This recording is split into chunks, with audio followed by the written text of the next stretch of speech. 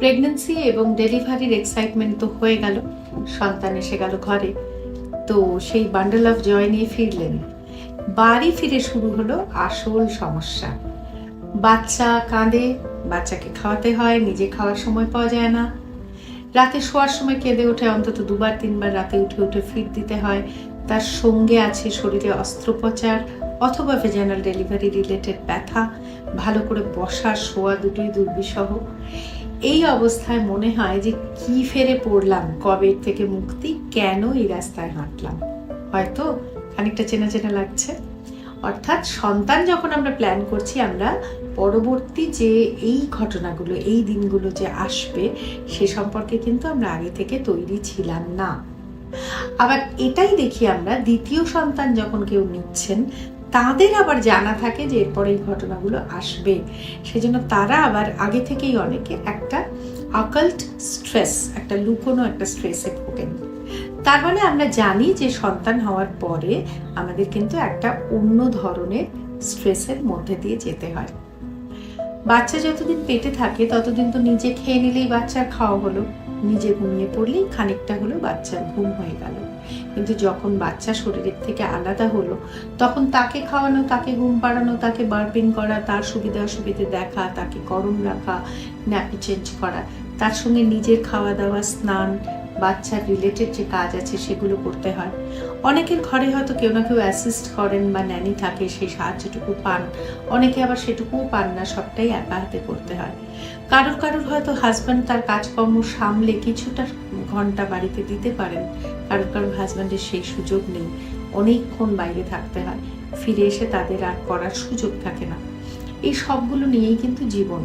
আমাদের জানতে হবে যে কিভাবে আমরা এই স্ট্রেস বা স্লিপলেসনেস বা ইনসমনিয়া, এটা আমরা কি করে কাউন্টার করব।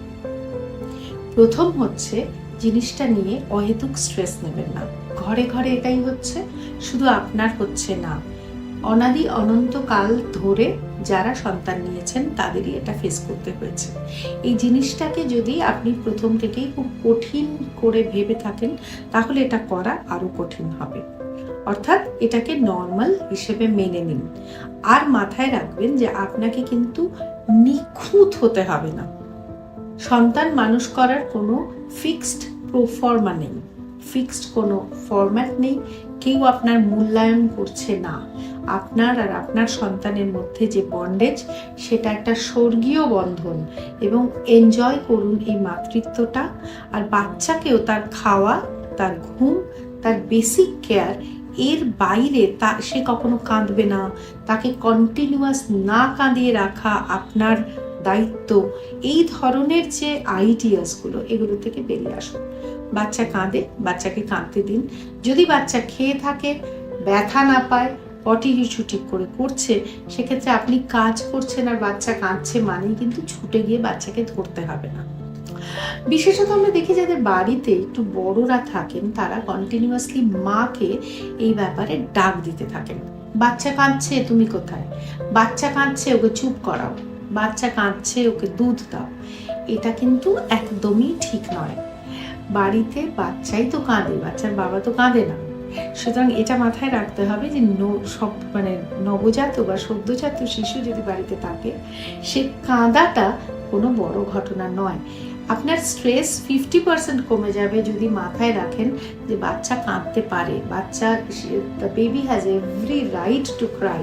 এবং বাকি যাদের পছন্দ হবে না বাচ্চার কান্না, তারা যেন কানের তুলো বুঝে নেন।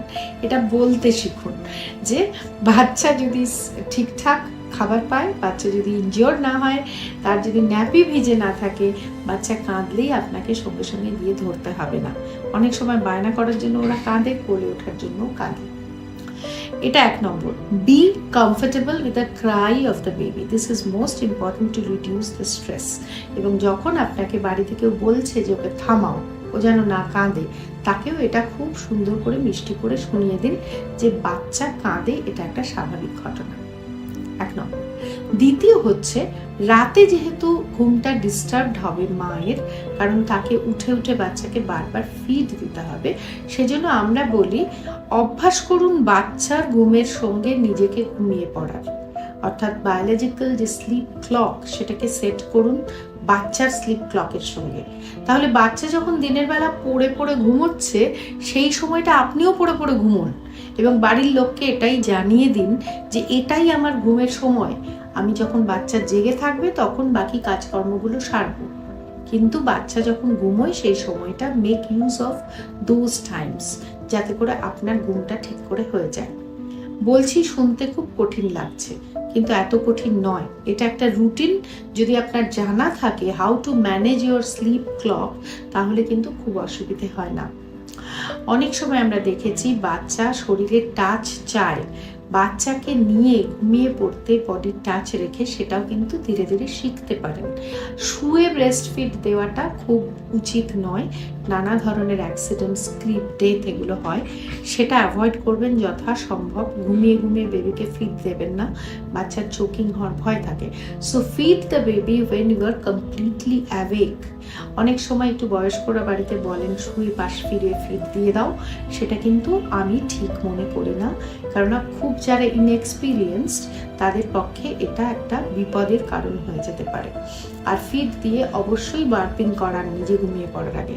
তাহলে কি হলো, আমার তো ঘুম কমেই আসছে, অনেকে এসে আমাদের বলেন যে রাতে তো ঘুমোতেই পারছি না, এতবার উঠছি।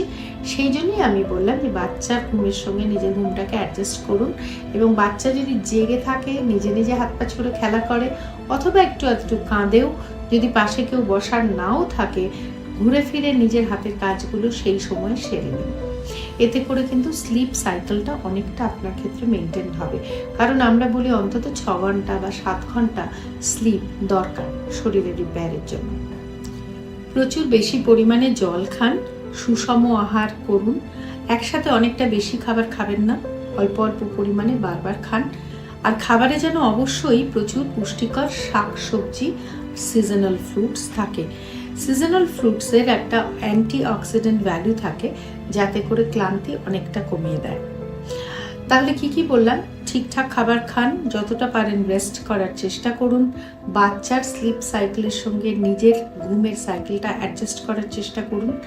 আর যে পার্টনার আছে সেও বাইরের কাজ সামলে যতটা হয় ভাগাভাগি করে, বিশেষত ওয়াইফকে একটু ঘুমোতে দেওয়ার ব্যাপারটা, রাত্রে কিছুটা সময় যদি সম্ভব হয় বাচ্চাকে দেখে দেওয়া বা ন্যাপি পাল্টানো, এইগুলো যদি একটু দায়িত্ব নিয়ে নেন, তাহলে ঘুমিয়ে থাকছে যে মা, তার শরীরটা অলরেডি ভেঙেছে, অনেকটা রিপেয়ার হওয়া দরকার, তাড়াতাড়ি তাকে সুস্থ হতে হবে, অনেকটাই হেল্প হয়।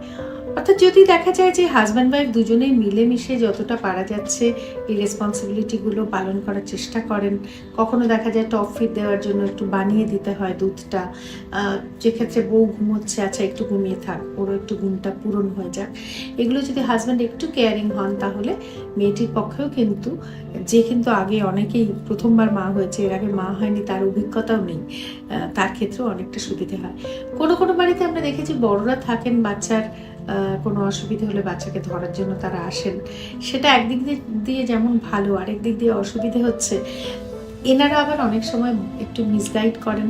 ওই যে বললাম, অষ্টপ্রহর বাচ্চাকে ব্রেস্টে ঝুলিয়ে রাখা, কাঁদছে খেতে দাও, এক্ষুনি আবার দাও, বাচ্চা হয়তো বায়না করছে, এইসব করে করে নতুন মা প্রায় এক্সহস্টেড হয়ে পড়ে।